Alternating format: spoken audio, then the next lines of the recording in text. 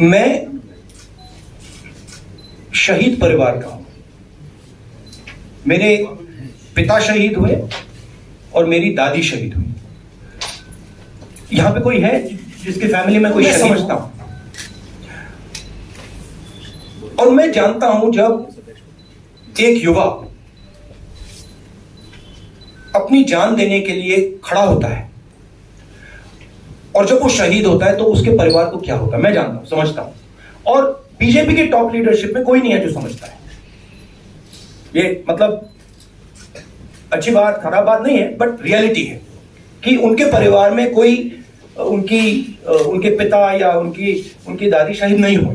तो मैं बहुत क्लियरली समझता हूं। अब मैं कह रहा हूं कि ये दो एक हो गए हैं, अब रिस्क है और कहीं ना कहीं ये कुछ ना कुछ करेंगे। और पहला कदम इन्होंने ढोकलाम में लिया और दूसरा कदम इन्होंने लद्दाख में लिया। मेरे लिए, मेरी व्यू पॉइंट से ये प्रिपरेशन है। अगर नहीं है तो बहुत अच्छा, मगर मुझे लग रहा है कि ये प्रिपरेशन कर रहे हैं। आज पाकिस्तान और चाइना एक हो गए और ये कोई मामूली बात नहीं है, ये बहुत गहरी बात है, ये डेंजरस बात है। मैं आपको एक बात लिख के दे देता हूं अभी, कांग्रेस मध्य प्रदेश के चुनाव को स्वीप करेगी, बीजेपी वहां दिखाई नहीं देगी। मैं आपको गारंटी करके, आप लिख लो और उससे मुझे बता देना। मेरा सवाल इस पर है कि 2024 के चुनाव को लेकर अलग अलग बातें कही जा रही है। आपकी यात्रा मध्य प्रदेश में भी गई, लेकिन मध्य प्रदेश के एक विधायक है लक्ष्मण सिंह, वो कह रहे हैं कि मध्य प्रदेश में जो यात्रा गई उसका फायदा आने वाले मध्य प्रदेश चुनाव में हमें नहीं होगा, क्योंकि जो इंटरनल सर्वे आया है उसमें विपक्ष में ही मध्य प्रदेश में कांग्रेस दिख रही है। तो कांग्रेस, मैं आपको एक बात लिख के दे देता हूं अभी, कांग्रेस मध्य प्रदेश के चुनाव को स्वीप करेगी, बीजेपी वहां दिखाई नहीं देगी। मैं आपको गारंटी करके, आप लिख लो और उससे मुझे बता देना। मतलब अगर आप मुझे, कोई क्वेश्चन नहीं है कि वहां पे बीजेपी मतलब दिखाई नहीं देगी, क्योंकि वहां पे तो मैंने सोचा था कि महाराष्ट्र में, मतलब मैंने जो वहां कहा कि महाराष्ट्र में बहुत अच्छा रिस्पांस मिला, मध्य प्रदेश में तो टोटल अंडरकरंट था, मतलब तूफान आया हुआ है वहां पे। मध्य प्रदेश में हर व्यक्ति जानता है कि बीजेपी ने सरकार को चोरी करके पैसा देके बनाया है, तो पूरा प्रदेश गुस्से में। शोभना राय, आप ऐसे करिए, लक्ष्मण सिंह जी से बैठ कर लीजिए, शर्त लगा लीजिए, बड़ी शर्त लगाइए, फायदा हो जाएगा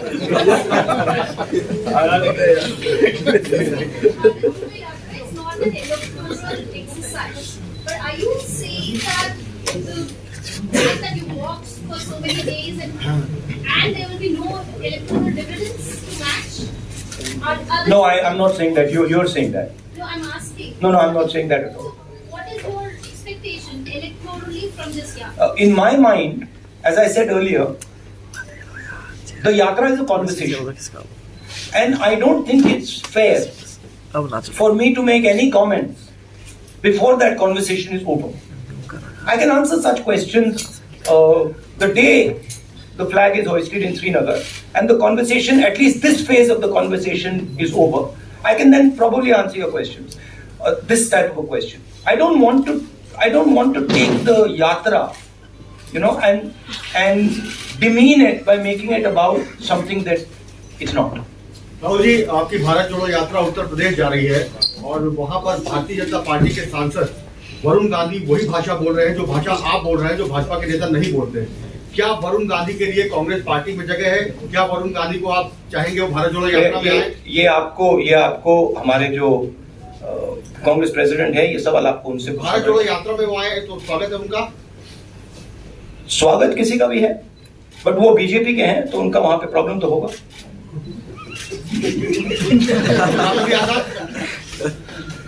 अब वो आप उनसे पूछिए, पहले पता नहीं, मुझे ही कंफ्यूजन हो गई है। पता नहीं अब क्या बोलूं। कांग्रेस के मतलब सीनियर नेता हैं, बट मुझे कंफ्यूज कर दिया कि मतलब कभी बाहर, कभी अंदर, कभी बाहर, कभी अंदर, कभी अंदर, कभी बाहर, पता नहीं मुझे। सर, लगातार आप जीत पे सवाल उठाते रहे। आपने पूछ लिया आज। मैं अभी बोलने वाला था कि चीन का नहीं पूछा। हाँ सर, आपने जयपुर में भी सरकार से जवाब मांगा था, पार्लियामेंट सेशन भी चल रहा था, पार्लियामेंट में भी आप लोग चर्चा की मांग कर रहे थे, सरकार वहां भी तैयार नहीं हुई। अब राहुल गांधी का क्या स्टैंड है, क्योंकि लगातार आप ये कह रहे हैं कि अतिक्रमण हो रहा है, वहाँ सीमाएं सुरक्षित नहीं। देखिए, सबसे पहले मैं एक बात क्लियरली कहना चाहता हूं,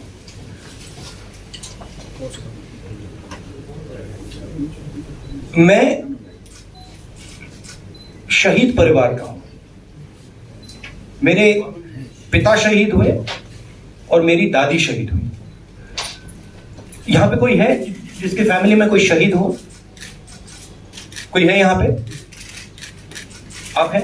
मेरे ब्रदर को मार दिया था BSF। आपके ब्रदर, तो आपको मालूम है कि कैसी चोट लगती है, क्या फीलिंग आती है, ठीक है? तो मैं समझता हूं और मैं जानता हूं जब एक युवा अपनी जान देने के लिए खड़ा होता है और जब वो शहीद होता है तो उसके परिवार को क्या होता है, मैं जानता हूं, समझता हूं। और बीजेपी के टॉप लीडरशिप में कोई नहीं है जो समझता है। ये मतलब अच्छी बात खराब बात नहीं है, बट रियलिटी है कि उनके परिवार में कोई उनके पिता या उनकी दादी शहीद नहीं हुए। तो मैं बहुत क्लियरली समझता हूं और मैं ये भी चाहता हूं, मेरी जनरल अप्रोच ये है कि मैं चाहता हूं हमारा एक भी सिपाही किसी भी फोर्स का ना शहीद हो।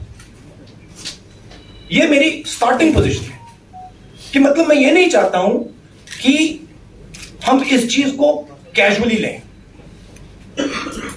कि हम सेना को राजनीतिक फायदे के लिए यूज कर रहे हैं और उसका नुकसान हमारे जवानों को, उनके परिवारों को। तो ये मेरे लिए बिल्कुल मतलब सैक्रोसेंट है, मैं ये नहीं करना चाहता, ठीक है? मगर मैं समझता हूं जो बॉर्डर पे हमारे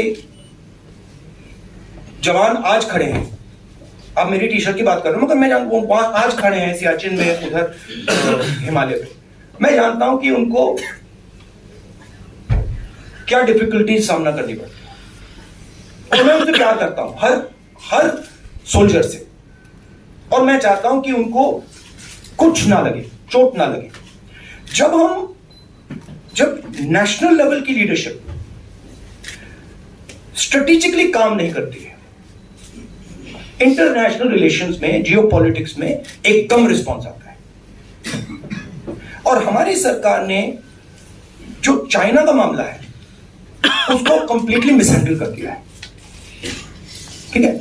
और मैं आपको मेरी थिंकिंग है, देखिए हमारी फॉरेन पॉलिसी का क्या लक्ष्य था और कांग्रेस पार्टी ने सक्सेसफुली क्या किया था कि चाइना को और पाकिस्तान को एक कभी नहीं होने देना है।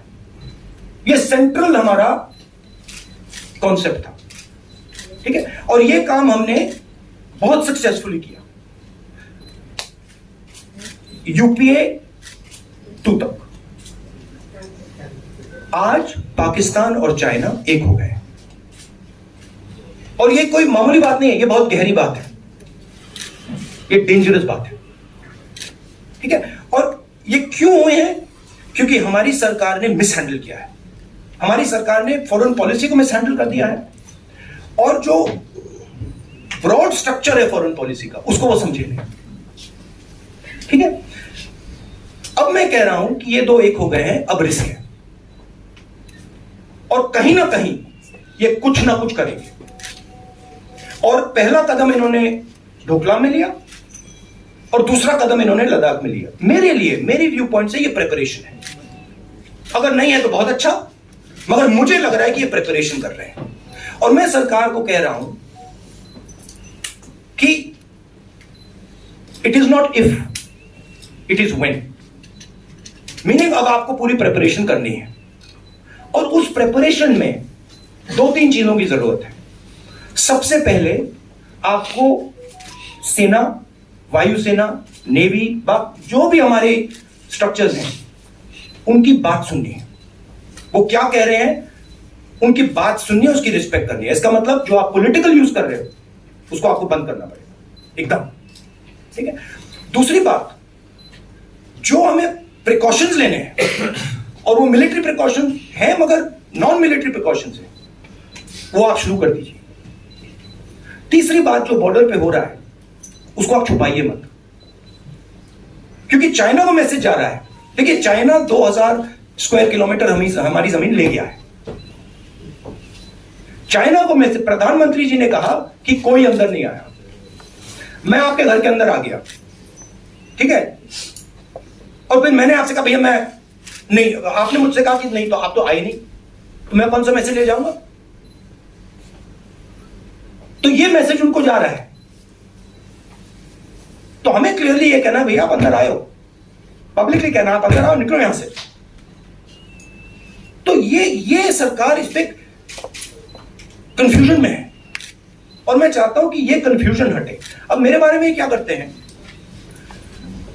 जब मैं सरकार की बात करता हूं, एकदम कहते हैं मैं आर्मी की बात कर रहा हूं। नहीं, मैं आर्मी की बात नहीं कर रहा हूं, मैं सरकार की बात कर रहा हूं।